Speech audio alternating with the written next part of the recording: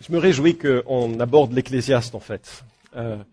C'est quelque chose qui m'a porté ces 15 derniers jours. Je ne sais pas comment vous avez vécu mais je trouve qu'il y a quelque chose que j'avais jamais découvert vraiment dans l'Ecclésiaste. Et c'est quelque chose qui, c'est vrai, c'est pas la même littérature aussi solennelle qu'une épître ou autre, mais il y a quelque chose qui nous porte au concret à la vie, qui m'a enchanté, m'a bouleversé, et j'espère fera ce travail dans chacun d'entre nous. Et pour commencer notre matinée autour de la parole, je voulais vous demander comment vous rempliriez cette phrase, parce que finalement on est nombreux à vouloir remplir cette phrase. Si seulement, 3 petits points, alors je serai heureux. Je veux pas de réponse maintenant, je veux pas de réponse, d'accord? Mais comment est-ce que vous rempliriez les 3 petits points? Si seulement j'avais des enfants sages. Si seulement j'avais une maison. Si seulement je pouvais partir au ski en hiver. Si seulement j'avais un voilier. Si seulement j'étais marié. Si seulement j'étais célibataire. Si seulement j'avais... Je fais juste ma liste, hein. Si seulement j'avais un harem. C'est dans l'Ecclésiaste. Je me permettrai pas. Si seulement j'avais une télé grand format. Si seulement j'avais un chien ou un chat. Si seulement je savais jouer du piano. Si seulement je devenais chef d'entreprise. Si seulement je travaillais que 35 heures. Si seulement je pouvais descendre le chien de mon voisin. Ou si seulement je pouvais descendre mon voisin. Si seulement je pouvais changer d'église. Ou le pasteur de l'église. Si seulement j'avais un petit peu plus d'argent. Les vœux sont multiples et les déceptions aussi. Salomon l'a expérimenté pour nous. Et à la fin de sa vie, il rédige une sorte de testament sur les sordides exploits de sa vie. Et sa conclusion est terrible. On la trouve en début de livre et on la trouve en fin de livre. Vanité des vanités, tout est vanité. Tout part en fumée, rien ne sert à rien, rien ne mène à rien. Parole de vie le traduit ainsi. La Bible en français courant, de la fumée. Tout n'est que fumée, tout part en fumée.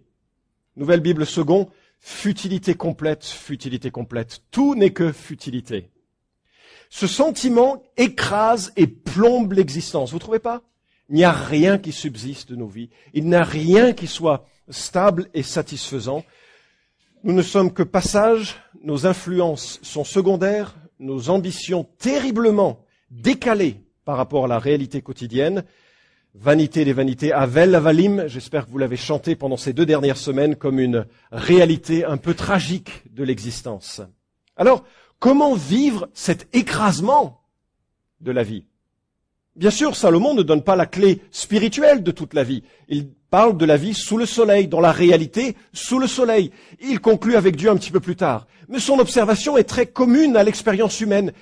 Comment vivre avec cet écrasement? Et nous voulons tous, je pense, anesthésier ce côté insensé de la vie. Nous voulons tous fuir la réalité de la mort. Nous voulons meubler l'espace et le temps. Mais hélas, ça ressemble plus à la politique de l'autruche, non? On essaye de taire cette angoisse. Quand je dis on, je suis bien plus large que les gens d'une église, bien entendu. On essaye de taire une angoisse universelle et ça ne marche pas. Je vous invite à lire ce que Ecclésiaste a expérimenté pour nous et qui lui a donné cette conclusion sur la futilité de l'existence. Ecclésiaste, chapitre 1, à partir du verset 12, on prend là où nous nous sommes arrêtés.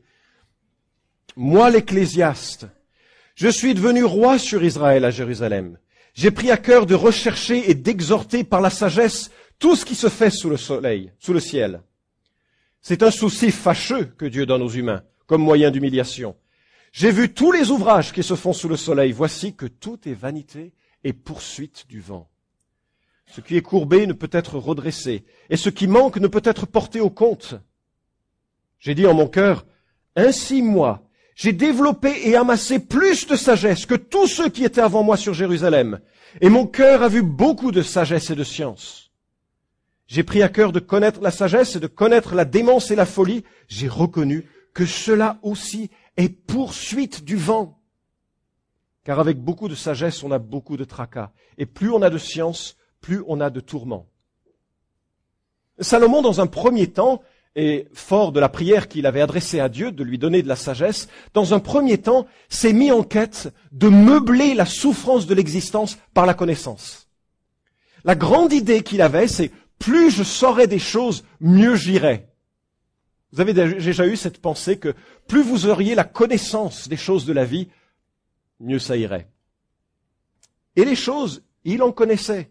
1 Roi 4 nous dit, 1 Roi 5, nous dit, au verset 12, il a prononcé 3000 proverbes, et ses chants sont au nombre de 1005. Il a parlé sur les arbres, depuis les cèdres du Liban jusqu'à l'hysope qui sort du mur. Il a aussi parlé sur les bêtes, sur les oiseaux, sur les reptiles et sur les poissons. On venait de tous les peuples pour entendre la sagesse de Salomon, de la part de tous les rois de la terre qui avaient entendu parler de sa sagesse. Franchement, vous auriez pas aimé jouer au Trivial Pursuit avec Salomon. Il savait tout. Si jamais vous lui posiez la question, tu crois qu'il fait combien en mètres le cèdre qu'il y a en face? Il passerait 1 heure à vous expliquer comment on peut calculer la hauteur de l'arbre en mesurant l'ombre et l'angle et la base. Vous allez me dire, ah mais Pythagore c'est plus tard. Mais les Babyloniens savaient déjà faire ce genre de choses. Ils étaient intelligents. Si vous lui posiez la question, laquelle des chèvres faisait le meilleur fromage, il vous parlait de tout ce qui avait été fait depuis le troupeau de Jacob jusqu'à ses propres troupeaux. Un geek. Il savait tout. Et Salomon a voulu connaître le fond des choses, il a écrit plusieurs livres, et il dit c'est un souci fâcheux que Dieu donne aux humains comme moyen d'humiliation. Je dois avouer, dans le grand orgueil qui est le mien, que le jour où j'ai sorti un livre, je me suis dit ça va être intéressant de le voir. Aujourd'hui, j'ose même pas l'ouvrir tellement j'aimerais qu'il soit reformulé. Hawking est l'un des auteurs les plus appréciés pour la puissance de sa réflexion en astronomie, astrophysique. Et il a signé un livre immensément populaire qui s'intitule « Une brève histoire du temps », qui fait le point sur les diverses conceptions de l'univers, de son origine et de sa destinée. Il s'intéresse notamment à cette quête des physiciens. Je ne suis pas dans la partie, donc j'espère ne pas trahir la pensée des physiciens, mais il s'intéresse notamment à cette quête des physiciens d'obtenir cette équation unifiée sur 3 petits points. Vous consulterez sur Internet. Mais voilà ce qu'il dit dans la conclusion de son livre. Même s'il n'y a qu'une théorie unifiée possible, ce ne sera qu'un ensemble de règles et d'équations. Qu'est-ce qui insuffle le feu dans ces équations et produit un univers qu'elles pourront décrire? L'attitude habituelle de la science, construire un modèle mathématique, ne peut pas répondre à ces questions. Pourquoi l'univers surmonte-t-il sa difficulté d'être? La théorie unifiée est-elle si contraignante qu'elle assure sa propre existence? Ou a-t-elle besoin d'un créateur?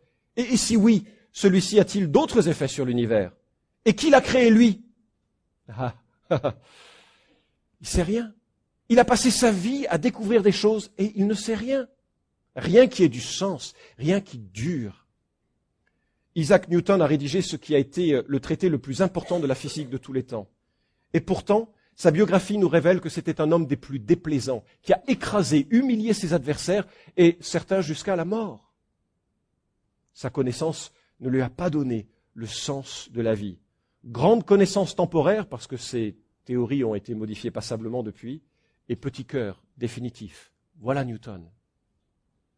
Il est fréquent d'entendre que la solution à la vie, c'est l'éducation, n'est-ce pas?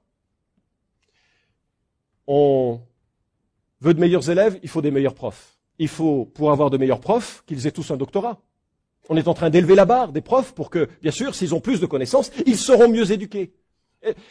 Comme si la connaissance était la solution au problème de l'existence.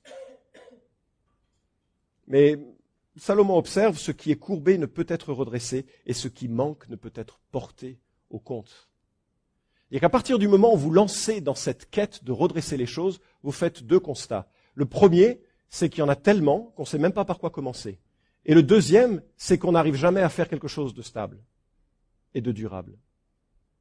Ce qui me faisait réfléchir à ces personnes, nous qui n'avons pas reçu le quart de la moitié de la sagesse de Salomon, nous ferions bien d'être attentifs à ne pas être des conseillers rapides. Si ce qui est courbé ne peut être redressé, ce qui manque ne peut être compté, porté au compte, méfions-nous des conseils sages que l'on donne. Vous avez remarqué, quelqu'un dit « j'ai mal au dos ». Vous avez 10 personnes, et parfois je me surprends à dire cela, qui donnent des conseils, qui sont ni médecins, ni kinés, ni ostéos, ni quoi que ce soit. Et il y en a toujours un qui va dire « ah oui, j'ai un grand-père qui avait un cancer très particulier du dos. Hein. » Et on se dit « mais ça sert à quoi ?» Ou dès qu'il y a un problème qui se manifeste, il y a 20 personnes qui ont la solution. Et les choses sont beaucoup plus complexes que cela. Quand j'écoute les hommes politiques, de quelque bord qu'ils soient, et je ne suis pas du tout dans un langage politicien ici, je me dis, mais c'est amusant, ils ont la solution. Chacun. Ça fait des milliers d'années qu'ils ont la solution. On ne peut pas comprendre ni résoudre les méandres du cœur et de la société par la connaissance. C'est ça le problème. Échec à la connaissance. C'est le premier constat que fait Salomon alors qu'il essaye de taire l'angoisse de la vie par la connaissance. Alors, Salomon a une idée géniale. Il est le seul à l'avoir eu. La réponse, c'est le plaisir. C'est très nouveau. Personne n'a essayé après lui. Dans son film Jazz, Pagnol met en scène un professeur d'une petite faculté de province qui passe 20 années de sa vie à déchiffrer et compléter un très vieux manuscrit de Platon. Une prouesse qui lui fait obtenir des titres, des changements de poste, mais à la fin de sa carrière, on réalise que c'était un plagiat et que tout son travail était nul. Tout s'effondre. Et il dit à ses étudiants, c'est la dernière leçon qu'il leur communique, « Nous sommes comme serait un homme qui porte une lampe dans un souterrain à la recherche d'un trésor. Soudain, la lampe fume ou flamboie, ou ronfle ou crépite. Alors il s'arrête, il s'assied par terre, il fait monter ou descendre la mèche, il règle des éclairages, et ce travail l'intéresse tant qu'il a oublié le trésor, qu'il finit par croire que le bonheur, c'est de perfectionner une lampe et de faire danser des ombres sur un mur. Et il se contente de ses pauvres joies de lampiste, jusqu'au jour où il voit soudain que sa vie s'est passée à ce jeu puéril. Alors il veut se lever, il tend les mains vers le trésor, trop tard. La mort déjà le tient à la gorge, l'intelligence c'est la rampe. Le trésor, ce sont les joies de la vie, et pour moi, je suis ce pauvre homme qui vient de comprendre ce malheur. Toute ma vie, j'ai fait danser des ombres sur un mur. S'il en est parmi vous qui soient incapables de vivre, que cela continue les études, qu'ils deviennent professeurs, avocats, écrivains, il faut bien quelques lampistes par le monde. Mais qu'ils sachent que réparer les lampes, ce n'est pas le but de la vie, c'est un métier. Le but de la vie est ailleurs, et toutes les joies qu'elle nous offre sont en notre chair. L'hédonisme, c'est ça la solution. Salomon continue au verset 1 du chapitre 2, et on va lire de façon un petit peu, en coupant tout ce parcours qu'il fait de cette découverte du sens de la vie. Et il dit, j'ai dit en mon cœur, allons, je vais t'éprouver par la joie et n'arrêter ma vue que sur le bonheur. Même cela n'est que vanité. Du rire, j'ai dit, c'est de la démence, et de la joie, que vient-elle faire? Et dans sa première quête de plaisir XXL, la première chose qu'il fait, c'est « je vais apprendre à rire ». Et franchement, j'aime rire. On me l'a reproché d'ailleurs la semaine dernière, j'étais à Saint-Lô et puis quelqu'un est venu me voir et dit « j'aime pas les gens qui ont de l'humour ». On a dit ça, la même chose à Spurgeon d'ailleurs. Et Spurgeon, qui avait un sens de la répartie que je n'avais pas, il a dit « oh, si vous saviez comment je me retiens ». Mais bref, j'aime rire. Si vous me proposez une soirée passée à regarder un comique, comme par exemple un film Rabbi Jacob, ou bien Bienvenue chez les Ch'tis, ou bien La Tour Montparnasse infernale. Si vous me proposez le choix entre cette soirée-là, ou bien voir La Tempête de Shakespeare, je choisis la première sans hésiter. J'aime rire. C'est satisfaisant. Et je suppose que Salomon était un expert en rire. Comment on le sait? Eh bien, on faisait ripaille chez Salomon. On consommait 10 bœufs gras, 20 bœufs de pâturage et 100 têtes de petits bétail, outre les cerfs, les gazelles, les daims et les volailles engraissées, chaque jour. Il y avait du monde à la table du roi. Et la Bible dit qu'il y avait des danseurs et des danseuses et peut-être alors des comédiens. Vous imaginez, ça ce serait la vie. Vous rentrez chez vous, vous mettez les pieds sous la table, vous claquez du doigt, Gad Elmaleh arrive et vous lui dites « fais-moi rire ». Et vous invitez votre famille, vous invitez vos amis, et puis vous demandez à Muriel Robin de venir, et puis vous demandez à toutes ces personnes « faites-moi rire ». Le problème, c'est que le lendemain, quand on se sera réveillé, on aura oublié toutes les blagues. C'est quoi le rire, si ce n'est qu'un moment? Billy Graham, dans son livre « La paix avec Dieu », raconte cette histoire d'un homme qui vient voir un psychiatre parce qu'il est profondément déprimé. Plus que ça. Et rien ne le fait rire, rien ne lui donne de la joie, il est profondément déprimé. Et le psychiatre essaye de faire un certain nombre de choses avec lui, il n'arrive nulle part, et il lui dit, écoutez, je suis conscient que je ne suis pas arrivé à vous aider dans votre situation, je suis à court de ce que je sais faire. Mais il paraît qu'à Londres, il y a ce comédien extraordinaire qui, toute la salle rigole, toute la soirée.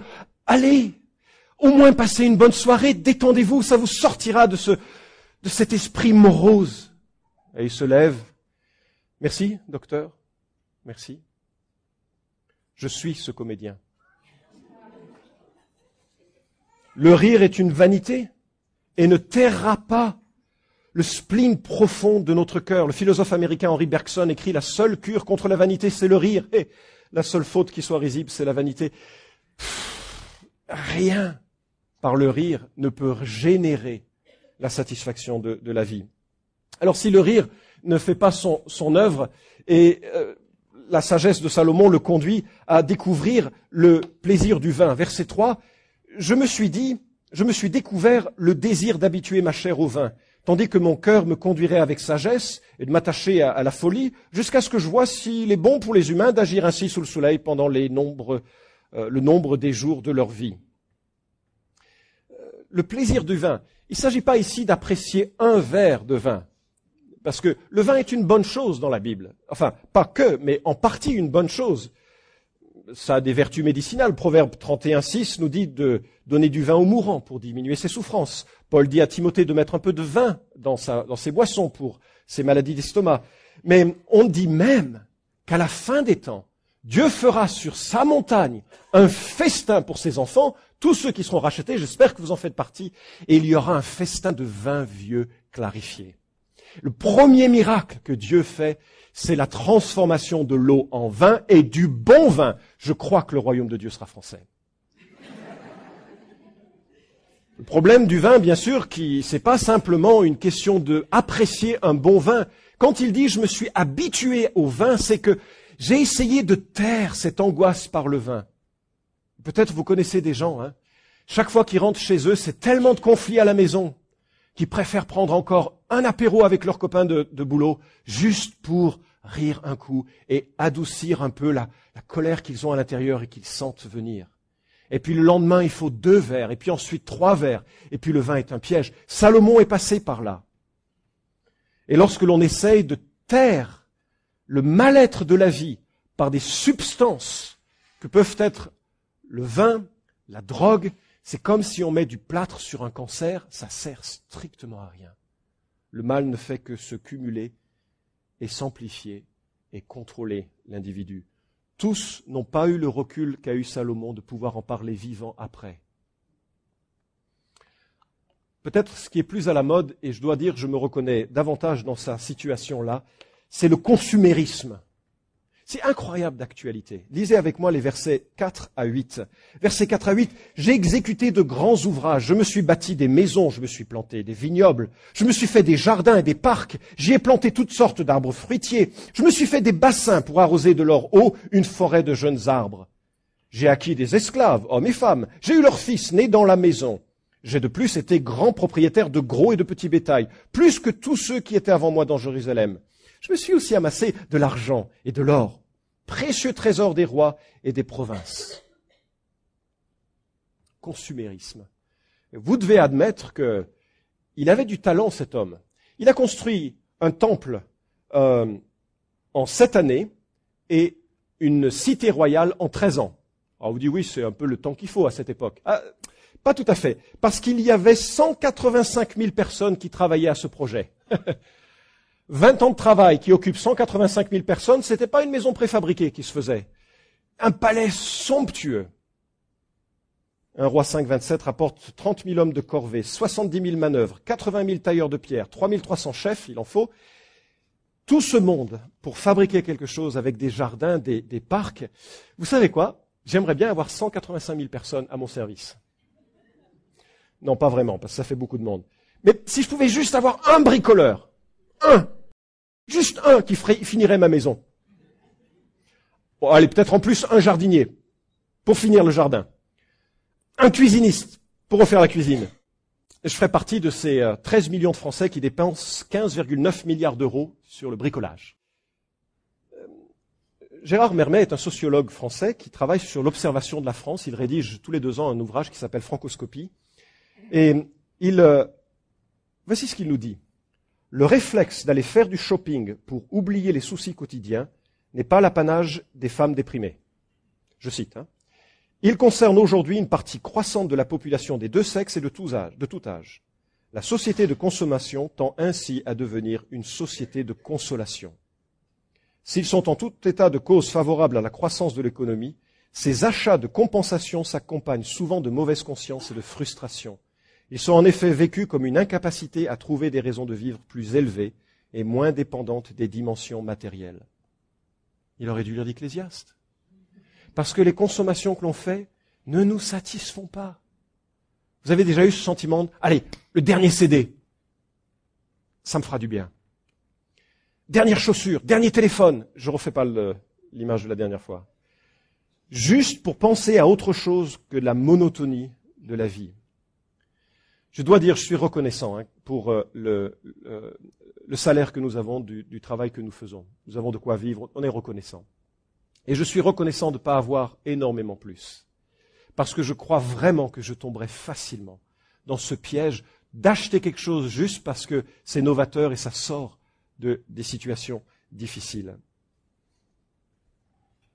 Malgré ça, des Français dépensent 17 milliards d'euros par an pour des jeux de hasard.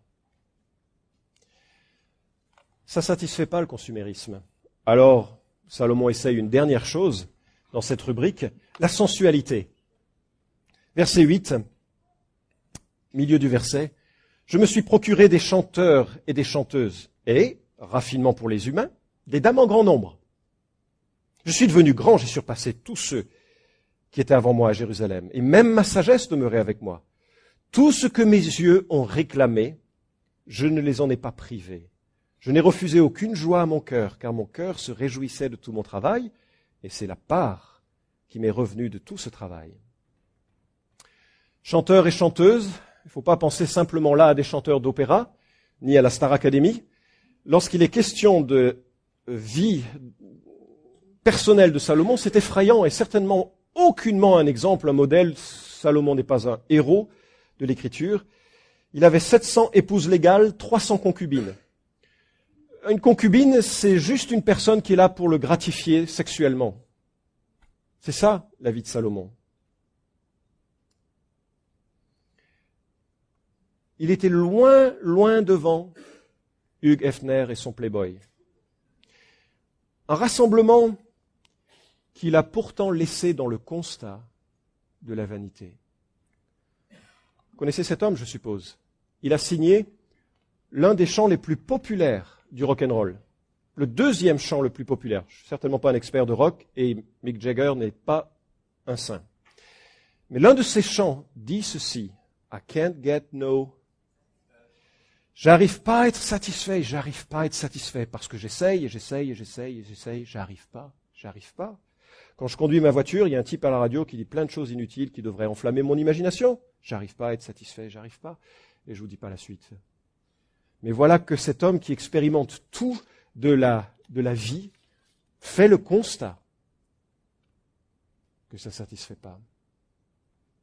Howard Hughes est l'un des hommes les plus célèbres de sa génération. Il est mort en 1976. Mais ce qui m'a touché, c'est que c'est un homme à succès incroyable dans les débuts de son existence et quelque part un Salomon contemporain. Il a fait sa fortune avec plusieurs films assez osés pour son temps. Il a voulu rehausser sa réputation en prétendant être né le 24 décembre. Toute allusion à un personnage historique étant fortuite. Il est devenu pilote d'avion, obtient plusieurs records, lance la construction d'avions de guerre, fait fortune dessus. Et il devient un playboy, on ne sait même pas compter le nombre d'actrices célèbres qui se sont déclarées être ses amantes. Et à la fin de sa vie, il a passé les dernières années de sa vie comme un reclus, sans se laver, rarement, avec un manicure et un coiffeur une fois par an. Il a passé parfois des mois nus sur un siège à rédiger des mémos pour contrôler ceux qui géraient son empire financier colossal. Ceux qui l'ont côtoyé ont dit que c'était un homme qui n'était intéressé que par le contrôle des autres. Un homme satisfait de tout et de rien, vanité des vanités. Et tout ceci Salomon en fait le constat finalement, c'est comme la chasse au Dahu. Je sais que c'est pas une expression très fréquente et qu'il y a une génération nouvelle qui peut-être n'a pas eu la joie de participer dans des camps à la chasse au Dahu. Les animateurs méchants faisaient faire le jeu suivant aux enfants naïfs. Ils disaient, nous allons essayer de capturer un animal rare, pour les motiver donc à faire des randonnées. Cet animal ne se trouve que sur des montagnes et il tourne autour de la montagne toujours du même sens. Et l'évolution darwinienne a fait que la jambe côté droit sont plus courtes que la jambe côté gauche. Et les enfants étaient tout heureux de partir à la chasse au Dahu. Une chasse, bien sûr, assez difficile à réussir. Et c'est franchement le constat que fait Salomon dans les versets 11 et jusqu'au suivant. Puis j'ai envisagé tous les ouvrages que mes mains avaient faits et la peine que j'avais prise à les faire. Et voici que tout est vanité et poursuite du vent. Il n'en reste rien sous le soleil. Vous avez déjà essayé de poursuivre le vent? C'est aussi futile que la chasse au Dahu. C'est aussi futile que de trouver satisfaction dans une expérience sexuelle supplémentaire, aussi futile que de chercher sa satisfaction dans un CD de plus, aussi futile de trouver sa satisfaction dans un quelque chose de plus. Verset 12, alors j'ai envisagé de voir la sagesse ainsi que la démence et la folie. En effet, que fera l'homme qui succédera au roi? Ce qu'on a déjà fait. Et j'ai vu ceci.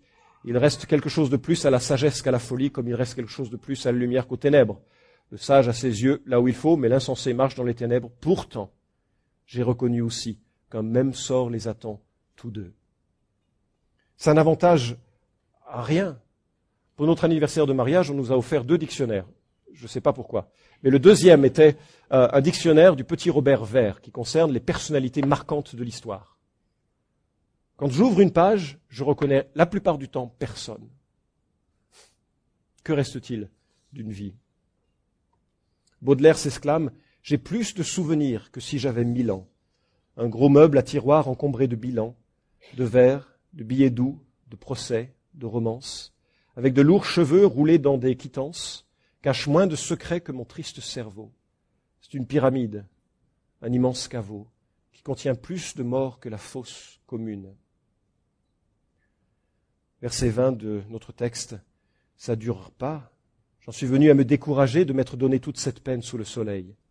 Y a-t-il un homme qui est peiné avec sagesse, science et succès? Voilà que ça part, et donner un homme qui n'y a pris aucune peine. C'est encore là une vanité et un grand mal.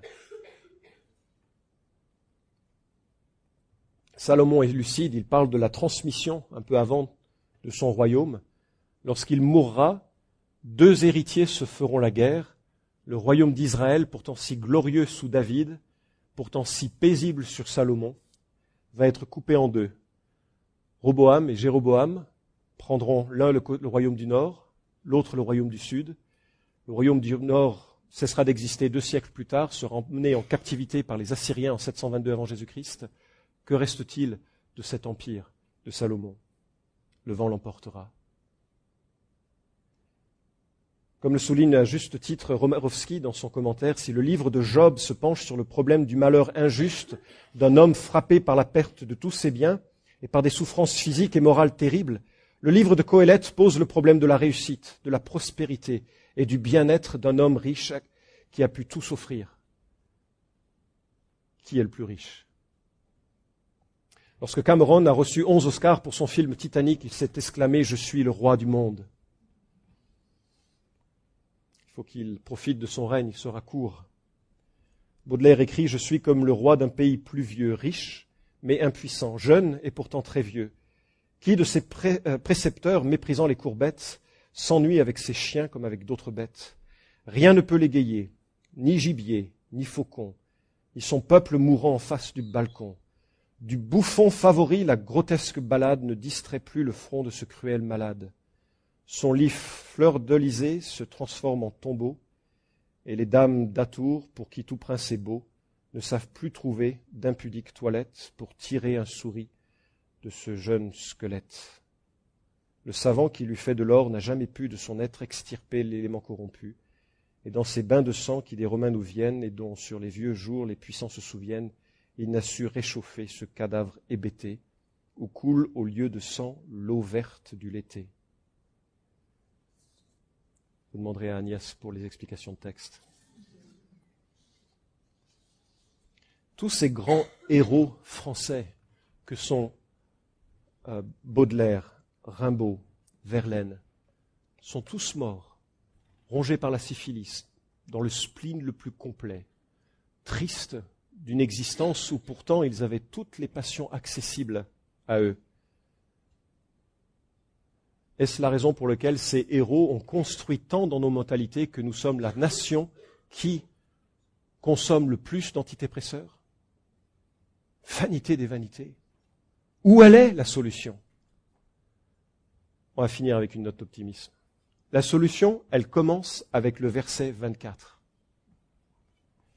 Et on terminera sur ce remarque, je ferai quelques pensées de conclusion.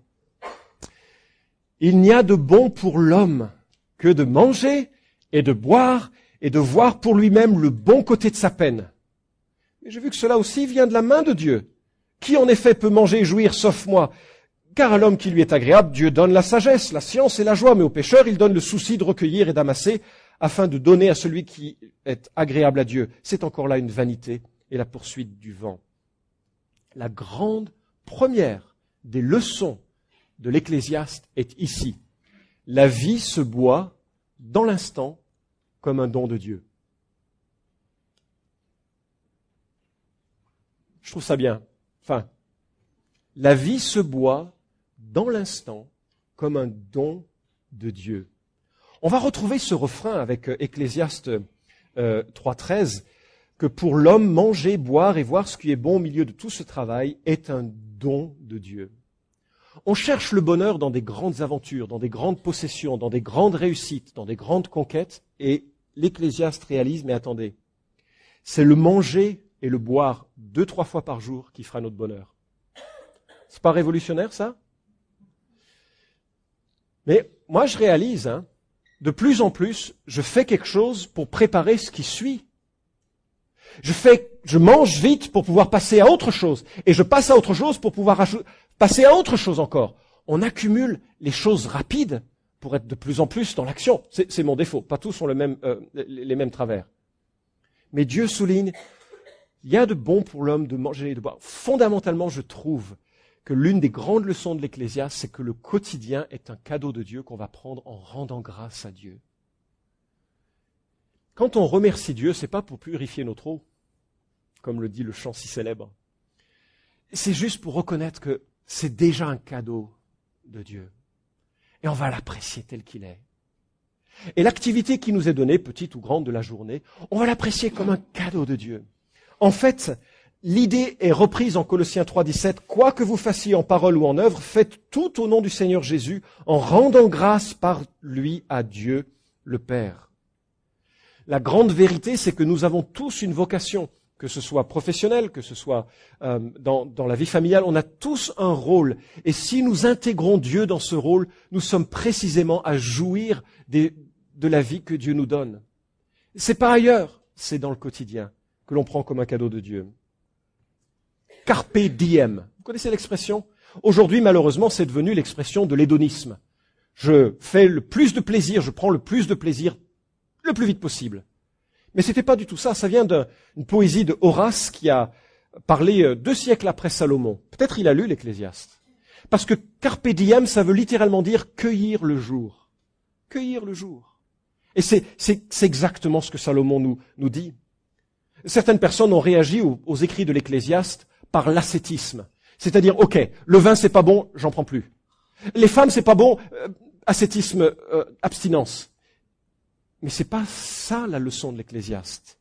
C'est de prendre chaque chose légitime avec modération comme un cadeau de Dieu. Comme un cadeau de Dieu. Benabar chante La petite monnaie, titre d'une de ses chansons. Très familiale, très sympa. Je vous lis juste, c'est la conclusion qui m'intéresse. Un joyeux brouhaha, un chaleureux chahut nous retient autour d'une table, la peau du ventre bien tendue. Les vieux finissent l'eau de vie, tandis que les jeunes mangent leur pain blanc, en chatouillant les petits qui s'étouffent en rigolant. Elle est belle l'image. Et il dit, les repas le dimanche midi, comme je ne sais plus qui disait, le bonheur, ça se trouve pas en lingots, mais en petite monnaie. Le bonheur, ça se trouve pas en lingots, mais en petite monnaie. Faut que j'atterrisse, hein. C'était Benabar. Alors en conclusion, je voudrais relever quelques points. La première chose, c'est que, évidemment, Salomon n'est pas un exemple. Ai-je besoin de le souligner? Je voudrais le souligner pour ceci. Je voudrais pas qu'il y ait l'idée, Salomon, il a fait tout ça, et puis il en est ressorti indemne, et puis il nous en parle, donc c'est pas grave si je commence sur ce chemin. Ce serait vraiment une mauvaise lecture de Salomon, et ce serait vraiment faux. Il y a des gens qui ne se relèvent pas de leur descente dans l'hédonisme ou dans le consumérisme. À la fin de sa vie, Rockefeller, un homme très riche, a été interviewé par quelqu'un qui lui a dit « Mais vous êtes riche, vous êtes âgé, pourquoi pas profiter de ce que vous avez? Qu'est-ce qui vous manque ?» Il a répondu « Un tout petit peu plus. » Un tout petit peu plus. Vous connaissez Ted Bundy? Ted Bundy est un jeune qui est né dans une famille chrétienne. Et un jour, à l'adolescence, il a trouvé des revues porno chez un voisin. Et ça a déclenché un cheminement qui a fait que des revues porno soft, il est passé des revues porno hard et des revues porno hard à des films, et des films à des actes. Il est devenu violeur, tueur en série, le plus terrible de toute l'histoire des États-Unis. Il a été appréhendé, il a été condamné à mort, il est mort sur la chaise électrique. Une journée ou quelques heures avant de mourir, il a donné une interview à James Dobson, un psychologue chrétien, à qui il s'est confié en disant « Le chemin a commencé avec ces premières revues ». Entendez-le bien, je suis bien conscient que ceux et celles qui ont commencé dans ce chemin un jour, une fois dans l'adolescence, ou qui ont prolongé, je ne sais pas, c'est pas un chemin nécessaire, c'est simplement un chemin possible qui n'est pas à la gloire de Dieu et qui peut nous contraindre à des liens difficiles, que ce soit ceux de l'alcoolisme, que ce soit ceux de la sensualité, que ce soit ceux du matérialisme, quels que soient les liens. Dieu est là pour nous dire de venir à lui pour les confesser et pour nous en repentir et pour recevoir de lui grâce et soutien et pour qu'on forme une église où les uns et les autres on peut porter nos faiblesses et notre difficulté pour que ces choses changent dans l'existence et que la vie devienne là où elle doit être. Là où elle doit être. Je voudrais juste que ceux et celles qui sont plus jeunes réalisent le privilège de ne pas goûter au fond des poubelles avant de réaliser que c'est mauvais. Deuxième remarque qui nous vient de ce texte, c'est que manifestement, il faut bien choisir nos rêves et nos ambitions. Il paraît que quand on fait du parapente, il suffit de glisser son corps dans une direction pour le diriger. Et quelque part, nos rêves et nos ambitions sont comme cela. C'est ça qui va orienter notre activité. Et je crois qu'il y a quelque chose d'important de se dire, quand on souhaite quelque chose, de vérifier que ce souhait ne nous contrôle pas, mais qu'il est intégré à la pensée de Dieu. Pas éloigné, pas comme quelque chose sur lequel on ne laisserait pas Dieu régner. Et puis, évidemment, apprécier en Dieu les joies simples du jour. On reviendra dessus assez souvent. Ce qui est saisissant quand on regarde Romains chapitre 1 et 2, c'est qu'il y a une différence simple entre le Créateur et la créature, n'est-ce pas? Et le problème, c'est que lorsqu'on cesse d'adorer le Créateur, on commence à adorer les créatures. Dieu veut pas créer en nous des ascètes, des gens qui contrôlent tout, c'est pas ça. Dieu veut créer en nous des adorateurs. Des gens qui vont reconnaître Dieu et qui vont prendre de lui toutes les bonnes joies légitimes de la vie. Des adorateurs. C'est ce que Dieu recherche. Et puis, en réfléchissant à la carrière de Salomon, et je vous remercie de votre patience, je suis conscient que le message était plus long que d'habitude, mais en repensant à la carrière de Salomon, je réalise une chose, c'est qu'il a été centré sur lui-même, n'est-ce pas? C'est-à-dire, tout au long de son processus, c'est je. Et toute l'éthique du Nouveau Testament, c'est toi. En sorte que peut-être la quatrième remarque pourrait être, elle est tirée par application de ce texte, c'est que on pourrait mesurer le bien d'une vie non pas à ce que l'on en retire, mais avec ce que l'on donne, avec le bien que l'on communique, avec l'amour que l'on étend, avec ce que l'on laisse pour d'autres. Et peut-être que cela équilibrera cette pulsion, tension, désir qui nous pousse toujours vers notre nombril, alors que Dieu voudrait qu'on l'aime de tout notre cœur et qu'on prenne de sa main tous les bons trésors qu'il veut nous donner pour aimer notre prochain comme nous-mêmes. On prie ?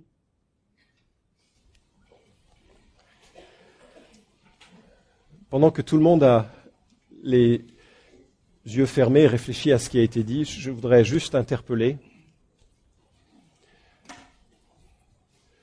C'est vrai, ce message a un côté moralisateur, n'est-ce pas? Mais la morale ne sauve pas. Elle ne fait que révéler le problème.